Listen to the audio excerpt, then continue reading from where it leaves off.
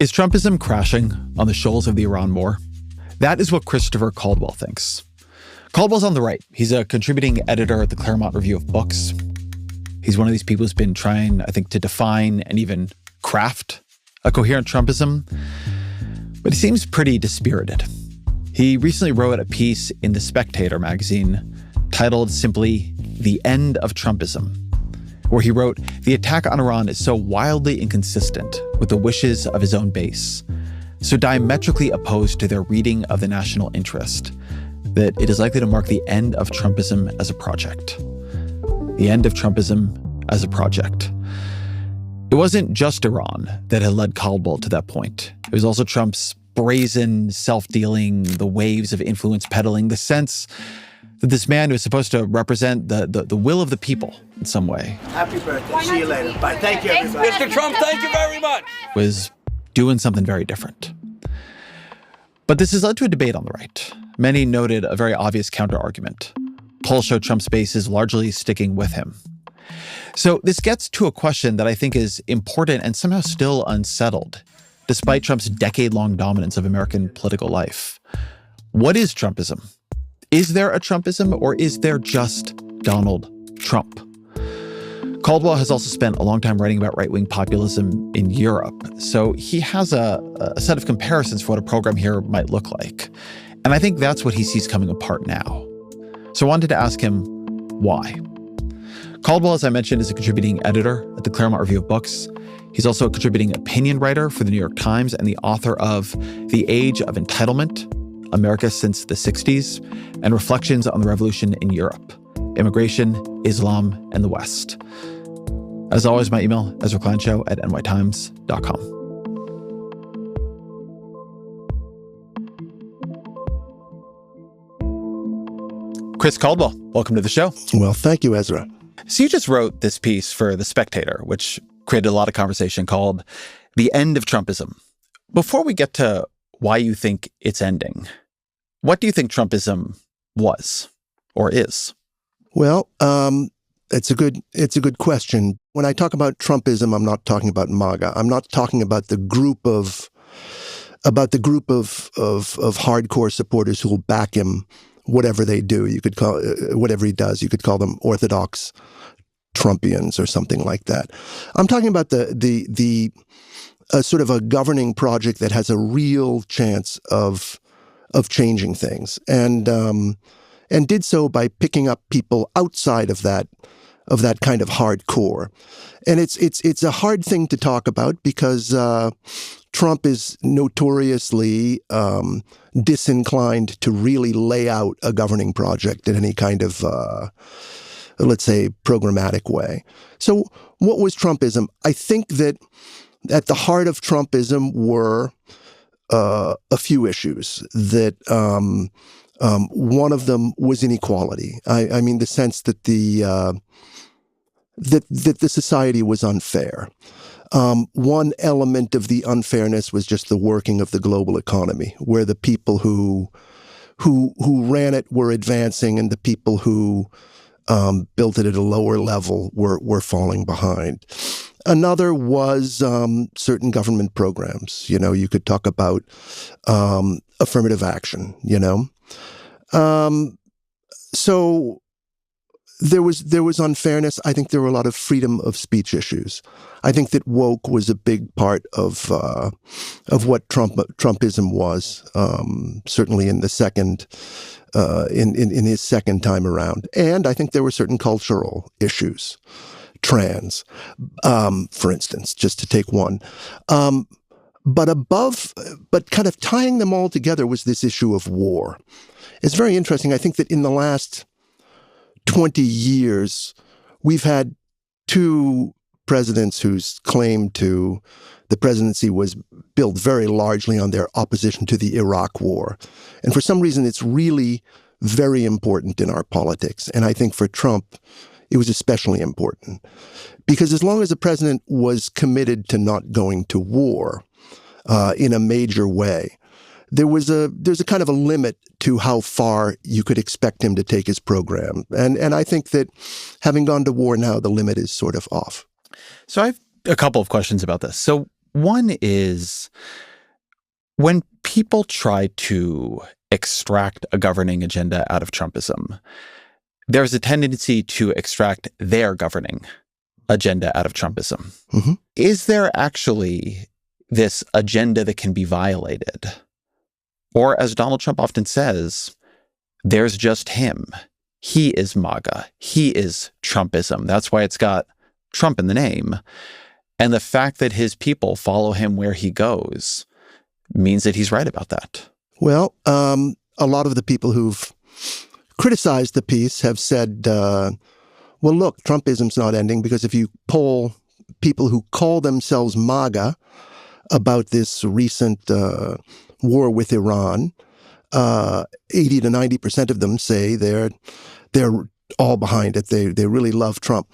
But I mean, I think the real question is, how big is MAGA? And I think if you look at polls that measure it, or the people who've been asking that question for quite a while, like NBC has, I think it's gone down. It kind of peaked after the election at around 36%. So I think that gives him a lot less leeway to, let's just say, feel his base will follow him anywhere. In your essay, you give a different definition of what Trumpism was than you've given here. You describe it as a project of democratic restoration. Yes. What do you mean by that? I don't know that that's different from what I'm describing here. I would put that, that is part of what I describe here as the equality, the inequality problem. There are many dimensions to inequality, as I said. There's the income inequality, there's the influence and things like that. But I think there's also the deep state, and this idea at the heart of Trumpism, which sounds a little bit occult, but it's a set of informal powers that kind of wind up claiming governing prerogatives, and they sort of replace the literal democracy through which we like to believe we're led, the one man, one vote. So, you have, the growing influence of elite universities where, basically everyone on the Supreme Court has gone to, either Harvard or Yale law schools. I think you have the role of civil rights law in sort of like circumscribing what people feel they can say and how they feel they can interact. And so I think that Trump sort of, this wasn't explicit, but I think that everyone felt it. Trump promised a country in which you'd get the stuff you voted for and not the permanent state. Do you know what I mean? He was sort of promising a return to a sort of a more 19th century state that you can criticize as being based on patronage. But what it means is, when you vote for a president, he cleans out the whole, executive branch, and now the government is oriented around your voters' wishes. So you're sounding very disenchanted with Trumpism. Is there a moment when you were more enchanted? If we were sitting here talking about the success of Trumpism and the continuation of it, what story would you be telling me? Yeah, I really try not to be enchanted or disenchanted with any politician. It's not a good way to look at things if you have to write about it. But I think there are certain really promising things that he did in terms of his own agenda, where he seemed to be really delivering to his to those who voted for him. And one is that whole series of executive orders that sort of took apart the DEI state and sort of removed affirmative action from American life. I think they really brought a palpable change in the lives of the people who voted for him. Although it was a change, it was an absence, and you don't notice when you go from a presence to an absence the way you do. What was the palpable change they brought? I think What was the palpable change? Yeah, you're saying in the lives of the people who voted for him. There's just less talk about, ethnic categories, gender, that sort of thing, the culture of the country. I think it changed quite a lot. You know what I mean? I think it's part of it. I do a bit, although I guess it's interesting for me to hear you describe it in terms of inequality, because here you have a billionaire who his major signature legislative achievements are very unpopular tax cuts that redistributed money upwards, who was elected with the help of the world's richest man, Elon Musk, who seems to, you note this in your piece, be enriching himself rapidly to the tune of, in one count I've seen over $1 billion, and another count billions of dollars since being in office. And also seems to exist to many as a response to efforts at equality. You have a dimmer view of efforts at diversity and equity and inclusion than I do. But when you say wokeness was a big part of it, the sense that there was a, progressive push to rectify old inequalities, and Trump came in and said, we're going to stop all that, and has been, I will say, very successful at stopping that.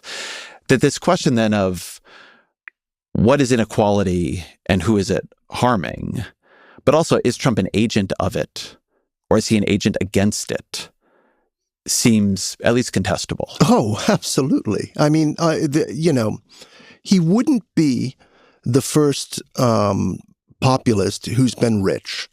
And many populists have got rich practicing populism as well. It's a good business. Yes, it's a good business. But yes, there has been I agree that there's been something in the second term that's a change of emphasis. And I would agree that it's hurting him. I mean, I don't know if you saw the Kennedy Center press conference that he had the other week, where he was, it was just a whole bunch of shout outs to the billionaire donors in the audience. I'm looking at Mr. Steve Wynn, who's over there. He built a spectacular building, and he knows Trump builds a spectacular building. I build better buildings than him. I don't care what he said.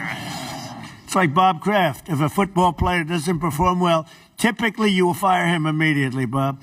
Do you ever let them stay around for 4 or 5 years if they're bad? Not too many times, right? So under the leadership of this exceptionally talented and rich board, it's a very rich board. Not everybody, but most of you are loaded. Ike Perlmutter's got so much money. Look at Ike Perlmutter. He ended up being the largest owner of Disney. Started with, was it $100 or less? It was a little less, Ike, right? He didn't speak English, and he became the largest owner of Disney, right? But then they went woke, and he sold the stock. He didn't like Mickey Mouse being woke. And I just can't imagine it played terribly well. So, yeah, that's there. But so I want to then zoom in on what you're describing here as democratic. What you're saying, as I understand it, is it at least unappeal of Trumpism is that we are governed in practice by institutions we do not have control over, for some definition of we, call it the electorate. And the appeal of Trump, of, maybe Doge at a certain point to you, is that it is by ripping all of that out, you are restoring the possibility that the public gets what they vote for? Yeah, I think that's part of Trump's theory. And I think that's something, no one put this on the platform or anything, but I would say that probably that's what most Trump followers believe, a version of that. So one reason I was interested in both the piece you wrote about Trump and more broadly talking to you about this is that you've been tracking these kinds of movements for some time. You've written a lot about Europe. And you wrote a piece in 2018 that I think connects to this conversation we're having about what populism is. And the final sentences of that piece were, liberalism and democracy have come into conflict. Populist is what those loyal to the former call those loyal to the latter. So populism, you're saying, is what those loyal to liberalism call those loyal to democracy. Right. Describe what you're saying there. Tell me how you define populism, which is maybe different than the way you feel the media or the broad conversation defines populism. Yeah, I think that if we take progressivism, if we start with the idea of progressivism, that is, the sort of early 20th century scientific recognition or claim that the ordinary working of government creates inefficiencies and injustices even in government, and that there's certain ways that you can just predictably make it run better and more responsibly. That's progressivism. So the way you carry it out is you create, inviolable rules at the heart of government. You create protections for the people who are enforcing those rules through a sort of a permanent professional civil service. You create probably a larger role for the judiciary, inevitably. It does a lot of good things. I mean, it gives us sort of, product safety laws and stuff like that. But it means that when you vote for things, the government is not as responsive as it was back in the old days of, 19th century mob democracy. So Trump seemed to be a solution to the sort of like the opacity and the bureaucratic complication and the obfuscation of the way we were ruled. Here's a guy that we elect, he's going to be the boss, and then we're going to have a country that's more congruent with our wishes. And so, I mean, when I say liberalism, I mean progressivism. I mean the rule-making instinct versus the popular sovereignty instinct. So you mentioned that the administrative state is an alternative to 19th century mob democracy.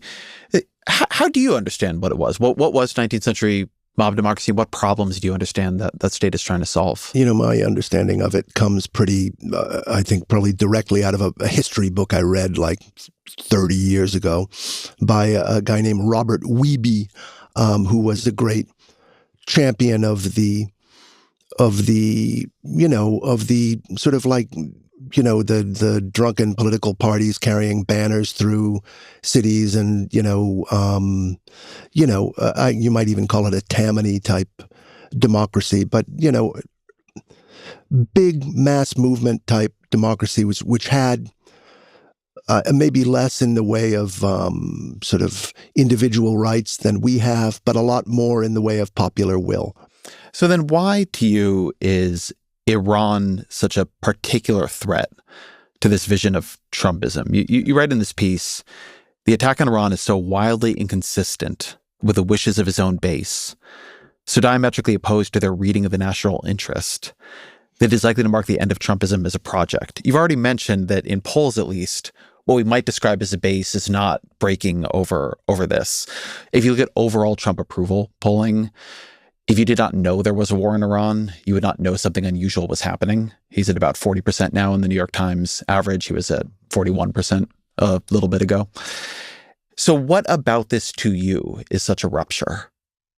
I think that the promise of no wars was a sort of it was kind of a ruling out. It's a sort of like Trump and Trump has a particular need to make this as a campaign promise. I mean, there are certain things that you have to commit to not doing. So I think that people thought that, yeah, he's going to do a lot of crazy stuff. I think people know him, but he's not going to do that. He's not going to, bring the country into a war lasting years, There are limits somewhere. But once he does that, once he turns around and does that, then your sense of the limits is gone. And suddenly being a Trump supporter is a whole different proposition, So one thing that brings up is who the base is. And you'd mentioned before this distinction you're making between the people who will follow Trump anywhere and the people who maybe represent the way Trump's appeal or his coalition was expanding into something that had enduring majority potential. And so you wrote that, quote, those with claims to speak for Trumpism, Joe Rogan, Tucker Carlson, Megyn Kelly, have reacted to the invasion with incredulity. Tell me about why you see those three as avatars of Trumpism. I don't know that there's anything particularly qualitative about them. They're just really famous. And no, but I mean, which actually, in a weird way, does reflect something about Trumpism. Oh, well, I don't know. I mean, it just sort of like I was just struck by the way all three of them were saying, like, I can't believe it. I mean, incredulity is really what I meant. Well, maybe let me suggest something that I thought about when reading that and trying to think through it, because many in the Republican Party are perfectly comfortable with this move by Donald Trump. And if you go and watch Fox News, and Donald Trump is a big Fox News watcher, Fox News has been, I would say, beaten the shield for a war with Iran for a very long time. Whether they started there, as Joe Rogan did, or ended up there, as Megyn Kelly did, or got further along there, as Tucker Carlson did, all three of those people are very anti-institutional figures. Their politics have become very, very skeptical of what you call the deep state and institutions in American life more broadly. And a lot of the angriest and most unnerved commentary from the right towards Trump has been this feeling has taken the form, at least, of, wait, who's really in charge here? And so it feels to me like there's this question of, does Donald Trump now represent the institutions, and as such, what he does is fine because he leads the institutions?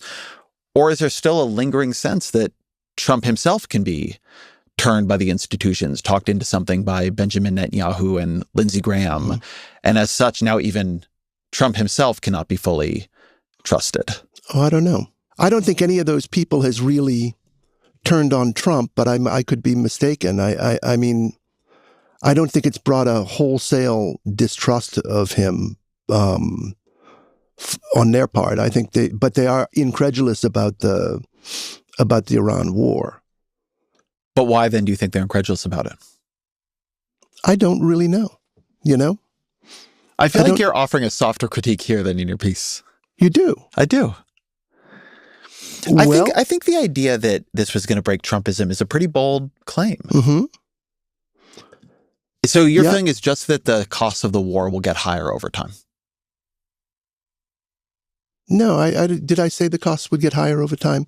I think there's a lot in my piece. I think that I don't really understand how this is softer. There's other things that I say in the piece about self-enrichment and kleptocracy and that type of rule in the piece. Tell me a bit about that set of arguments and how they relate to this broader concern. So you have it has again to do with our, populism, progressivism thing. I mean, one thing that progressivism does is it protects these offices against a certain kind of malfeasance. So what did we do before progressivism? We only elected people of really sterling moral character. Okay, you're supposed to be a worthy inheritor to what Abraham Lincoln was, and that sort of thing. It didn't always work, right? We got people like Warren Harding, but that was one thing. And the other thing was there were elements of the Constitution that you had to follow. That is, you had to nominate people for positions in a certain way, and they had to be checked out by the Senate. None of that is happening with Trump. And with the Iran war, we get a really clear sense of what the problems with that can be, because it seems to me that a great deal of the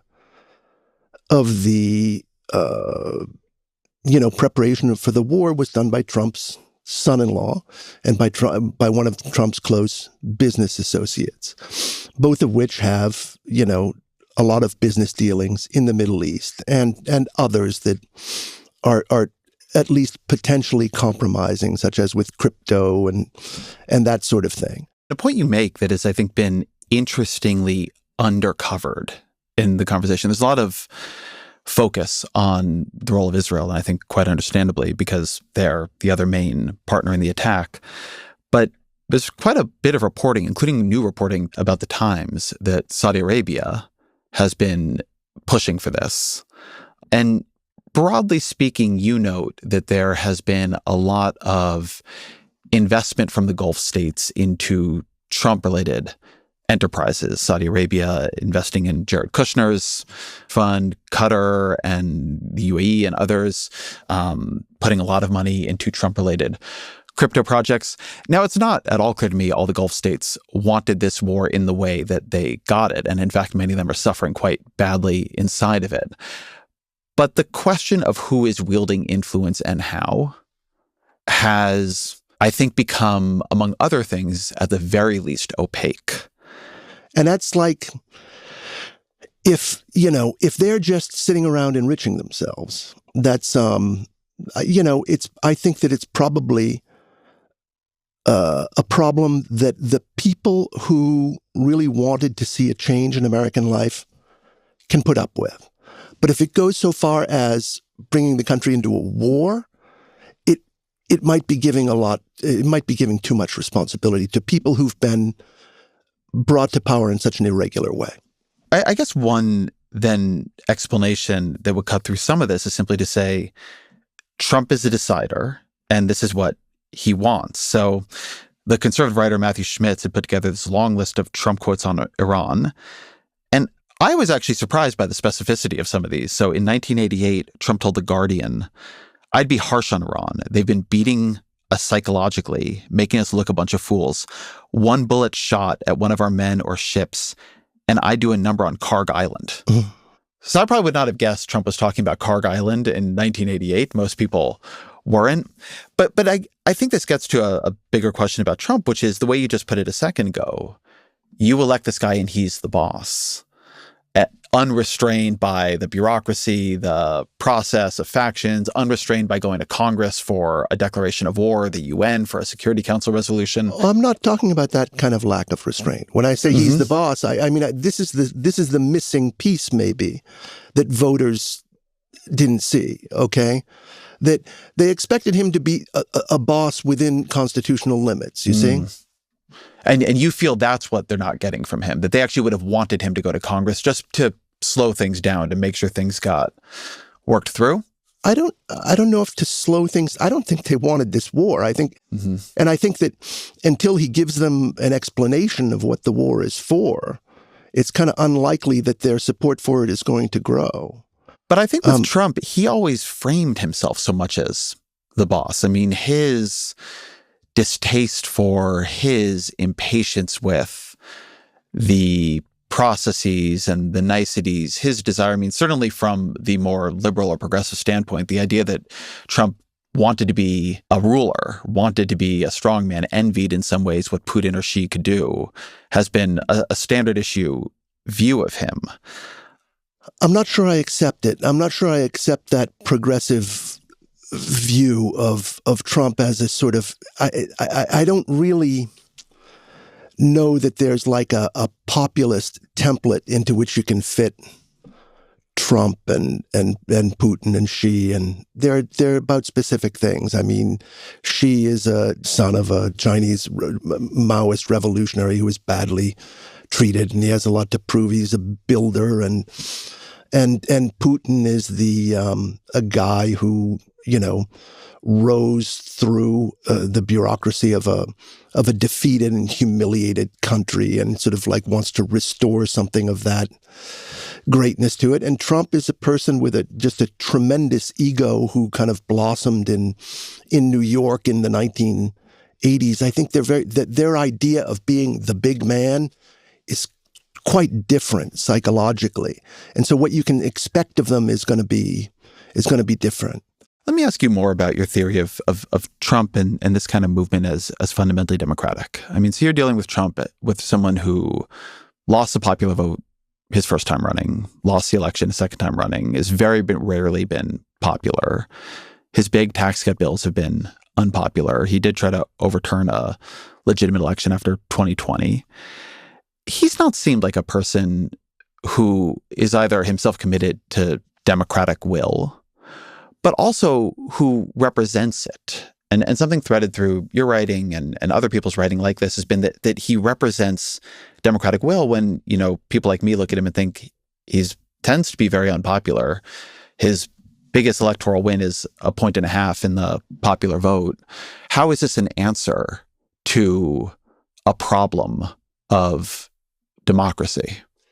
I think that he was democratically elected by a lot of people who care about democracy and who speak about democracy a lot. That's what I think that a lot of those people at those rallies were doing. And that's what I think they were voting for. But I don't know. I have a hard time distinguishing different presidents as symbolizing democracy more than others. They're all elected, but he was chosen by people who cared a lot about, who felt, let's say, excluded from the decision-making process, and picked him for that reason. I agree that they felt that he was an answer to making sure their will was done. I think the tension I'm trying to get you to sort of think through here with me is if what you see before you is a country where the will of the people is not being done, how is this president who tends to be either voted for or approved of by, certainly less than majorities, never won a popular vote majority, how is he an answer to that? I'm sorry, I just don't think that's a problem at all. I think that we have a system which is, let's say, a filtered majoritarian, filtered through the Electoral College. And sometimes that system produces presidents who only have a plurality, and sometimes it produces presidents who have lost the popular vote. Clinton, from 1992 to 96, had 42 or 43. He, too, was in very difficult straits up until, I would say the Oklahoma City bombings of 1995. That is, he was really, underwater for the first 3 years of his presidency. But no one said he wasn't. I'm not saying democratically illegitimate. I'm not saying he's illegitimate. Yeah. That's not my view. The thing that interested me about the piece was you have a long running, to lay out my theory of you. Oh, you have a long running argument that the forms of right-wing populism we are seeing here and across Europe are efforts at small d, democratic restoration. And so I saw you, and tell me which part of this I have wrong, because I'm genuinely interested. I saw you as basically saying in this piece, the reason this will break what Trumpism is or means or could mean is that Trump is supposed to be an element of the popular will, but he is pursuing this unpopular war that nobody in this country really, in any broad sense, has asked for. And on the one hand, I sort of agree with that. And on the other hand, not because he's illegitimate, but because he is typically unpopular and his major initiatives have often been quite unpopular, I find it strange to understand him as an instrument of popular will. He's a very divisive person and president and leader who represents some people very well and others very, very poorly. But he, in your vision of populism as sort of small d democratic, he seems an awkward fit. Yeah, I think that we unfortunately are passing through a period when presidents have a hard time pleasing everybody. There are a few broadly popular presidents, but I think that what I said was that this was the end of Trumpism. Of this coalition as something that really had an opportunity to sort of shift the conversation or the direction of the country. It really had nothing to do with thinking that he symbolizes something democratic for the whole country, although I think he probably does for his followers. You've described Trump as a populist. I think the democratic view of Trump is he's a wannabe authoritarian posing as a populist. I'm curious what you think of that. He's certainly shown more of that affect lately, but he's so shaped by a totally different industry than politics that I have a hard time seeing it. And in fact, I'm always struck looking at Trump by the way a lot of his actions are not those of a rule maker, but those of a guy who still thinks that the rules are actually being made somewhere else, and that he needs to get something out of it. Like, I'm going to get something out of the UAE on this deal. I'm going to get something out of Qatar. You can sell it as saving the country money, but it's going to get me a plane and things like. It's not. He often seems more like someone wringing concessions out of someone than like someone ordering someone around. I think there's some truth to that more than he wants to engage in a structured, deliberate effort to cohere power around him, he wants to have people paying him tribute. He sort of acts like he has more power than he has, but in acting that way, he's able to wring a lot out of the system, out of, people who might be engaging in business deals, at least with his family and around him, and from other countries.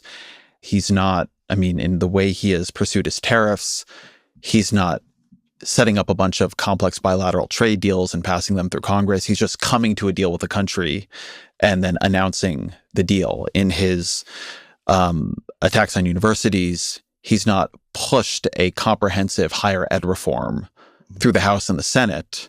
He is coming to individual deals with individual universities. And so I think Yuval Levin, the conservative intellectual, who I'm sure you know, he has this line that I like where he says that Trump governs retail, not wholesale. And I think there's real truth to that. Yeah. There's a little of that, Obama's deal with Iran, I believe, was done in a similar way. It was just, you go and you bargain with the leaders and you come back and here's the deal. I don't think that was ever ratified as a treaty, But so Trump is not alone in that, but I think that your instance, the instance you mentioned of the universities, he really got a lot of results out of that a year ago, but I think that strategy is really reaching its limits. I think the universities that have stood up to him have fared fairly well. But I also think one reason it's appealing to Trump is it allows him to act as opposed to having to wait on all these other institutions to act. You sort of frame the broader state, what can get called the deep state, as its issue is that it is undemocratic, whereas I think Trump's issue with it is that it is restraining, slow. I wrote a book called Abundance, which is very much about the way this kind of state often holds Democrats back from doing things because they get caught up in proceduralism that they themselves might even support, but they still are not getting what they want done. And I think you see this tendency with Trump quite a bit after the sort of 12-day bombing of Iran last summer, when he was getting criticized from, kind of some of these figures we've been talking about in MAGA. He said, well, considering that I'm the one that developed America first, and considering that the term wasn't used until I came along, I think I'm the one that decides that being what it actually means. And I think Trump's tendency to not want to have like complex frameworks around him, instead to just be the decider himself, on the one hand does not feel like, and I think you're agreeing with this, democratic restoration to me, and on the other hand feels very intrinsic to who he is and who he has been. Yes. I think that when Trump brought the United States into that war, it seems like nothing now. And the United States was only in that war for 40 minutes, But none of us, or at least certainly not me, I don't assume that you can enter a war and then get out at will. I think that's why you don't go into a war, because they're really, really much more complex to get out of than anyone ever thinks. But he ended that war and said, okay, we're done. We're done. And it seemed like a kind of a magical thing. You know, if he hadn't been able to do that, we could have had this whole conversation a year ago, but he was able to do that. The worrisome thing, though, at the time was that was the second episode where he had gone out and, you know, he made the whole decision for the whole world himself. But it was really an illusion that that decision was all in his hands. And I think the same is true of the Chinese with the Liberation Day tariffs. The threat to cut off its trade of rare earths with us was really perceived as quite a grave threat in Washington. It's nothing you'd want to try if you weren't 100% sure it was going to work. And so that was the worrisome thing about Trump in 2025, that he was a little bit overconfident in his ability to do this kind of unilateral governing without placing the country's fate in someone else's hands. I think this gets to a sort of philosophically quite complicated place, which is I take seriously the conservative critique and sometimes the liberal critique that the administrative state comes at some cost of democratic oversight.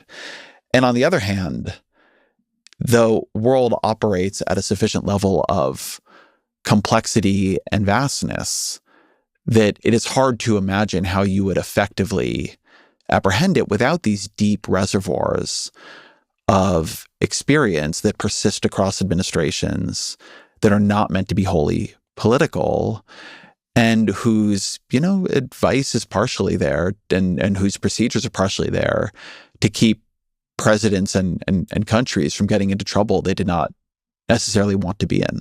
Yeah. And and there is a certain tendency to take things for granted. If they persist for too long, there's a tendency to take them as laws of nature.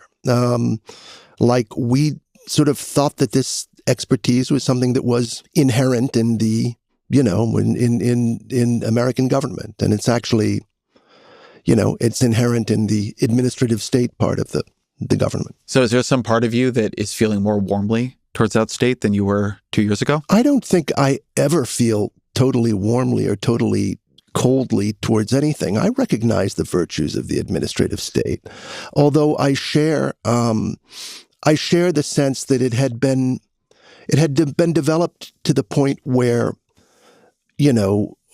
a lot of ordinary Americans felt that it was maybe futile to try and, influence the direction of the state. I mean, I'd seen a roundtable you did with Chris Rufo and Curtis Yarvin around Doge. Doge was ill-defined from the beginning, vaguely defined, certainly. And you all were higher at that moment on sort of taking the administrative state apart, or at least that's the impression I got. And you said then that efficiency was a necessary smokescreen for Doge because the only alternative was to say that this operation is an ideological purge. That's what it was. Which is what it was. That's what it and I think it's a much less acceptable story to present to the public than we're saving money. Yeah, I mean, I don't think I said that in any kind of collusive way, but I do think, I don't think Doge was primarily about efficiency. Do you? I mean, I don't think the savings. I don't think Doge was about efficiency at all. I don't think the savings were significant. Well, the savings weren't significant. What I understood Doge as in real time, and what I still understand it as now, was an effort to break the will of the administrative state to resist Donald Trump. I think Roosevelt talked about it as traumatizing the civil servants. And I understood the arguments that people around Trump made for doing this. They're feeling that they were slowed down in the first term, that there were things that they were elected to do that they were not able to do. And on the other hand, the way it was done and the ideology behind it came with such a almost dismissal of the idea that there was expertise, procedure, knowledge that was needed and necessary, and maybe in fact had stopped terrible things from happening in the first term. And I think we're sort of living through some of the aftermath of that now. I would say just probably the way they primarily looked at it was as a sort of a source of permanent political advantage for their opponents, as a place where, where progressives could be parked when Democrats were out of power, and I think that's the way they looked at it. I'm not sure they had a theory of expertise, but they may well have. Let me ask you, as somebody who's done a lot of work on European sort of right-wing movements, how you think Trump and MAGA, or the Republican Party under Trump, how it is similar and how it is different to what gets called the populist right in Europe. A sort of mistake we often make here, I think, is to see Trump as a one of one. But there are other movements that have echoes and have predated him and have, changed since him. And you've, done a lot of work writing about them. Yeah. So how do you see Trump as being similar, and how do you see him as being different than his analogs in Europe? I think the German case is very interesting to look at, the AfD, because that really is a populist party. They have a different system, right? They're outside of their the populist wing of their right is it's a whole separate party. It's not a two-party system, but it'd be like if MAGA here was not part of the Republican Party; it was its own party. That's right. So I think that the one thing that struck me as very similar about Germany is that Germany has they have a whole set of constraints on democracy that have come down as a result of World War II and of the Holocaust more than anything, just as a lot of our constraints on free association and things come from our experience with slavery and segregation. One thing that struck me in studying Germany is that we have a tendency, because we view because their misdeeds are not ours, and we can face them more squarely. We have a tendency to look at them, at the AfD, as being a more radical party than Trump. I would say, if I had to name the main impulse behind the AfD, it would be something that I've heard Donald Trump say a lot, which is, can't we talk about the good part of our country too? I mean, we produced a lot of great composers, et cetera, et cetera. So I do think that is something culturally that the Germans have in common with Donald Trump. When I look at France, in France is sort of the opposite issue. Everyone in France, because fascism is sort of like such a horrifying proposition to them, and because they did have a collaborationist movement during World War II, everyone tends to call anyone they think is unduly conservative a fascist. But I don't see the National Front really as fascist at all. They have very few fascist traits. They've never called for coming to power through anything except elective democracy. What's really motivating them is immigration. I think that's the heart and soul of their movement. In a way, I think that's true of, maybe not in every state, Trump's movement, but that's true of Trump too.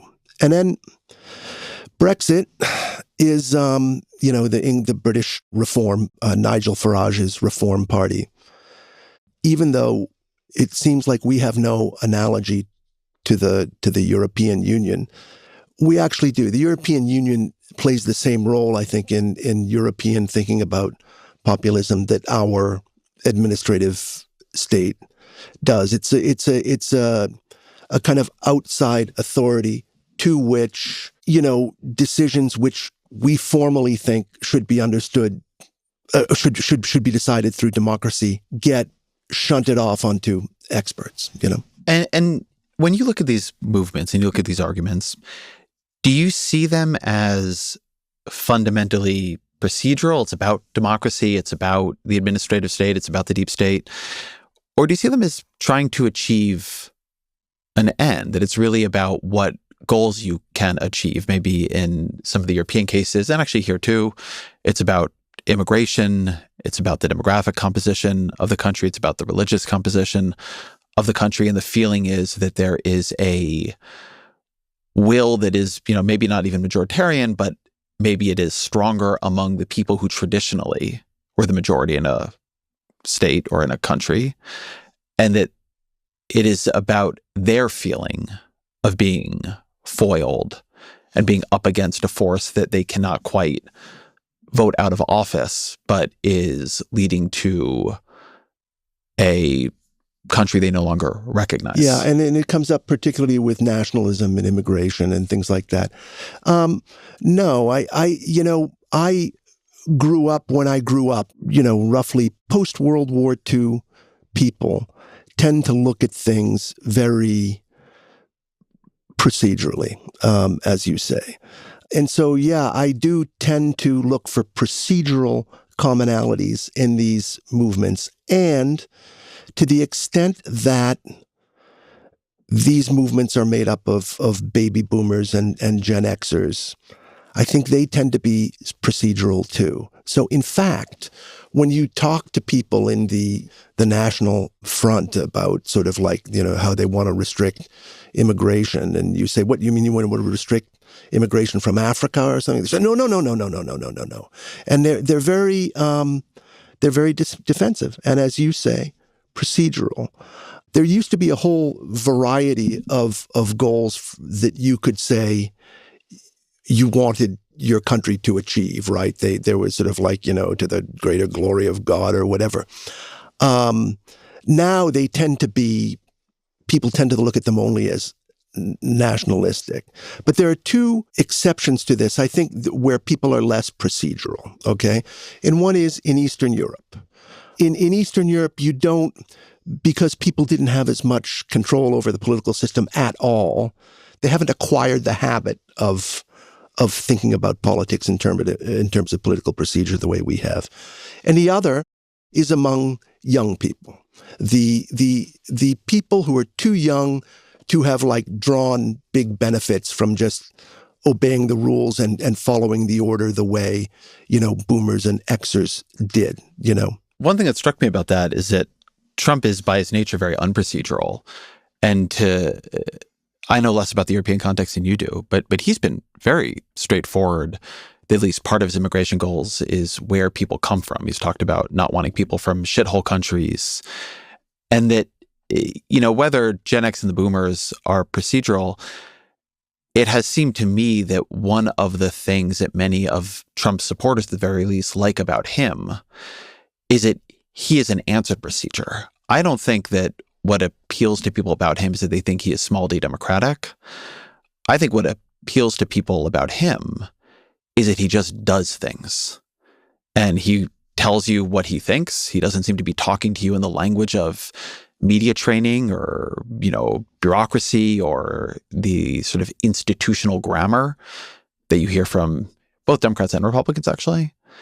And, in his second term, much more than in his first, that the way he understands it is he's in charge and he's going to do what he thinks is best. And there is, not for all, for some it's repellent, but for others, there is something very compelling about that action-oriented, power-oriented leadership that feels in a very deep way like a throwback to another time. You actually mentioned in, I think it was this piece, a piece about Trump as a kind of Hegelian great man of history. Well, yes, I mentioned in a tremendous essay by John Judas, who talks about Trump as a historic catalyst. And as a sort of a rupture between orders. Yes. And as a rupture of this kind of liberal institutionalist order into something else.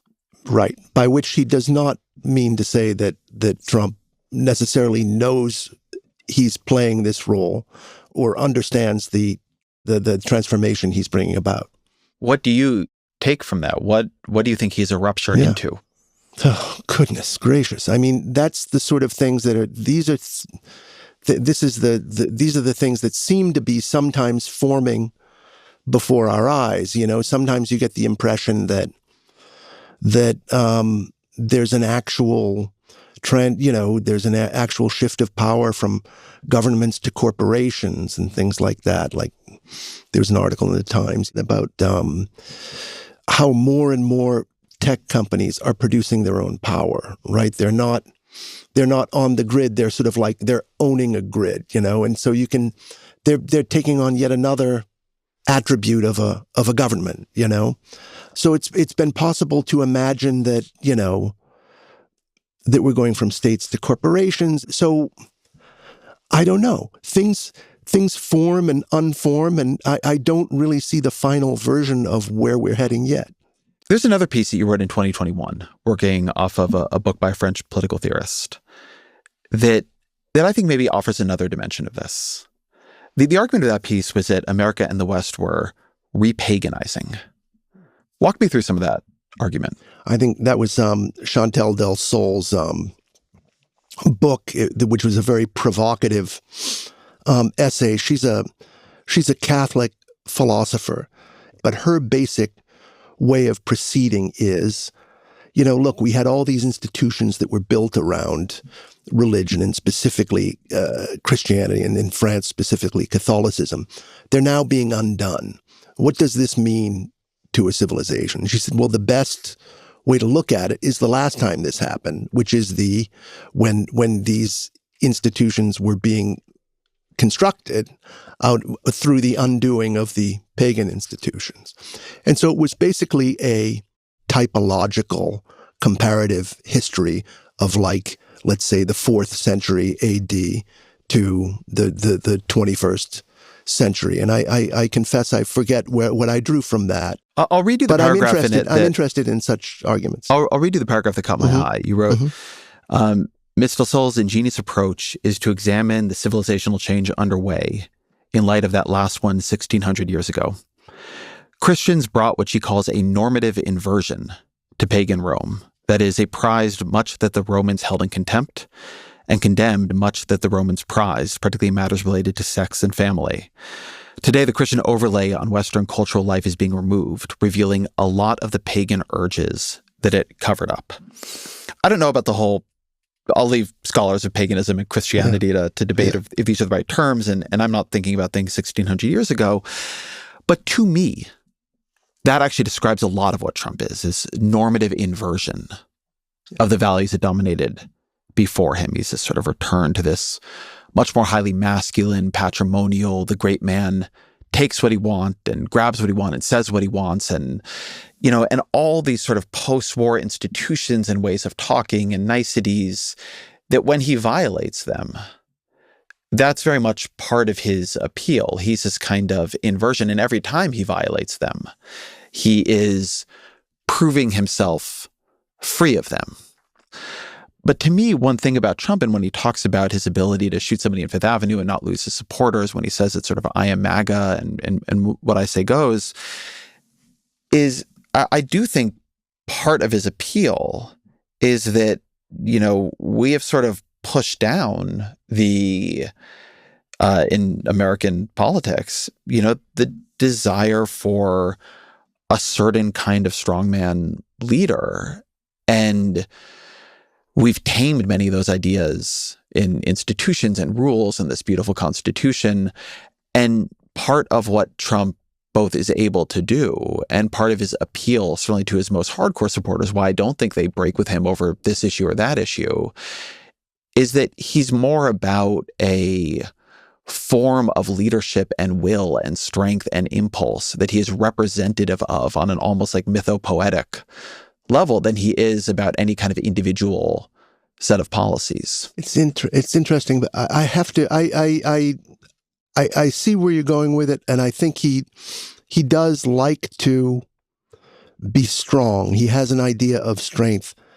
I tend not to agree with you that that's what his followers are looking for from him, and I think that it costs him followers slowly, but surely. And I think that if you're going to, as Bob Dylan said, to live outside the law, you must be honest. And in fact, to live as a sort of like roving sort of like man who makes his own rules. You have to have a kind of a code. And so when Trump does things like say what he said about Rob Reiner. He was known to have driven people crazy by his raging obsession of President Donald J. Trump, with his obvious paranoia reaching new heights as the Trump administration surpassed all goals and expectations of greatness, and with the golden age of America upon us, perhaps like never before. May Rob and Michelle rest in peace. President, a number of Republicans have denounced your statement on Truth Social after the murder of Rob Reiner. Do you stand by that post? Well, I wasn't a fan of his at all. He was a deranged person as far as Trump is concerned. Which I actually think might be the hinge moment of his entire presidency. He changes the whole understanding of, if that's your idea of life and death, if that's your idea of how much respect human life deserves, then the public kind of has to reassess its idea of where it can follow you in matters that involve life and death, including war. And I mean, the fact that he's done this again and again, he did it a second time with Reiner, he did it with Robert Mueller over the past weekend when he died. That's really transgressive. And I just can't, I don't think it's clicking with anybody. But it doesn't seem to cost him much support. And it has always felt like part of him. I remember the things he said about Gold Star families when, one opposed him at the Democratic National Convention, talking about John McCain and saying he prefers heroes who weren't captured. I mean, the transgression. Look, I think what Donald Trump says routinely, and certainly what he said about Reiner, was vicious and repulsive. But I have to admit, I cannot see on a poll that it changed anything for him. But it's so interesting. So why for you is it such a hinge? Because I say it's interesting because I have talked to progressive friends about this too, and they don't see it. They just think Trump is saying crazy things all the time. I think this is very different than the Gold Star family sort of thing had to do with the Democratic National Convention in 2016, where the Democrats brought up a family and they were kind of like they were kind of waving they were trying to use the death of this family's son to run down Trump, and it was kind of a political trick, the way the Trump campaign did the same thing with the deaths in the Benghazi consulate in Libya. But that was very different. I think that was just Trump standing up to a political trick. This is actually a kind of an irreverence. Do you know what I mean? So your argument is not so much that these things are hurting him in the polls now, because they're clearly not with his own base in any significant way. I mean, if you look from Rob Reiner to now, his polling is extremely similar. You're saying, though, that there is some set of moral policy corruption, transgressions that in some accumulative way that you feel he is building a pressure, and that at some point, and maybe it's doing so in a slow way, he is going down slowly, but there is like the real possibility of a crack up, that people don't want this. That his people don't want this. Yes, I think that his people don't want this. And so just because I know I'm a weird polling obsessed former Washingtonian, why do you think then we don't see it there? In the polls? In the polls. Well, I think there's maybe a qualitative realignment, and we do live in a kind of a polarized country. And so where are they going to go? To what other tendency in the Republican Party or outside the Republican Party are people going to go? It's very hard for people to move along a spectrum of an ideological spectrum the way they could in the older days. There's a big gap between different visions of politics now that no one represents. And so I think that it'll be more of a quantum movement when that movement makes itself apparent. I also wonder, as Trump kind of pulls at the bonds of this movement, that I think he is able to hold quite a lot together through people's personal commitment to him, their personal fear of him to some degree in the Republican Party. But the question of what America First is, when it ranges now from, Tucker Carlson to Marco Rubio to Mark Levine to, all the other people who in some level are claim to speak for it, or who Trump at some point has allowed to speak for it. And you did a very interesting profile of J.D. Vance when he was running for Senate in Ohio. I wonder, as somebody who is sort of more on the intellectual side of the new right, if you think this is something anybody else can hold together outside of this one, leader. A lot of politicians are really helped by having no resume whatsoever, and to arrive in politics without owing anyone anything, or without having stepped on anybody's toes, or without having accumulated resentments from voters. And Obama is an obvious example of that. Trump, I think, lucked out in landing on the Republican Party when it was had been brought into such crisis by George W. Bush. But no, I don't really see the principle on which the party is being held together. And an interesting thing, it's a much larger subject probably than we have time to deal with it. But there doesn't seem to be a replacement for the economic theory that kept a lot of, largely apolitical, sort of like middle-class people attached to the Republican Party throughout the Reagan years. And so, no, I don't see the replacement ideology, because I don't really see the replacement system quite yet. I don't see what the system is going to look like after this transformation. Yeah, this to me is a way that if you told me, by October, Trump had really fallen, that he was at 34 or 32%, this to me is where it would come from. That I do think among the many parts of Trump's appeal was that he was understood to be a businessman, understood to be somebody who could work within a system that he told you and you believed was corrupt. And after losing in 2020, Joe Biden came in and inflation went up and people were furious, and they remembered the Trump economy, so the pre-pandemic one, as pretty good. And we'll see what happens. But if this war keeps going on and we get to oil at $175 a barrel and things begin breaking, I don't think people are willing to pay a cost for Trump's impulse here. And to have him create a surge of inflation and scarcity, I'm not sure is survivable for a war that very, very few people were asking for. I think that's right, and I think that's why he's been moving so gingerly and trying to talk the markets, sweet talk the markets so much. I think we'll know a lot more in a couple of weeks about whether we're heading to that point that you describe. What would recovery look like to you if in a year we're sitting here and it turns out that Trumpism is very much not over?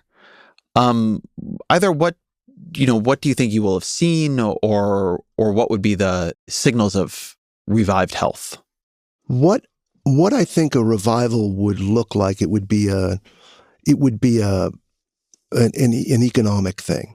That is, the economic part of the closed border type politics would click for some reason that it hasn't already. And that is, you would have a tight labor market. You would have dramatic wage growth in the lower part of the, lower part of the lower quintiles of the labor market.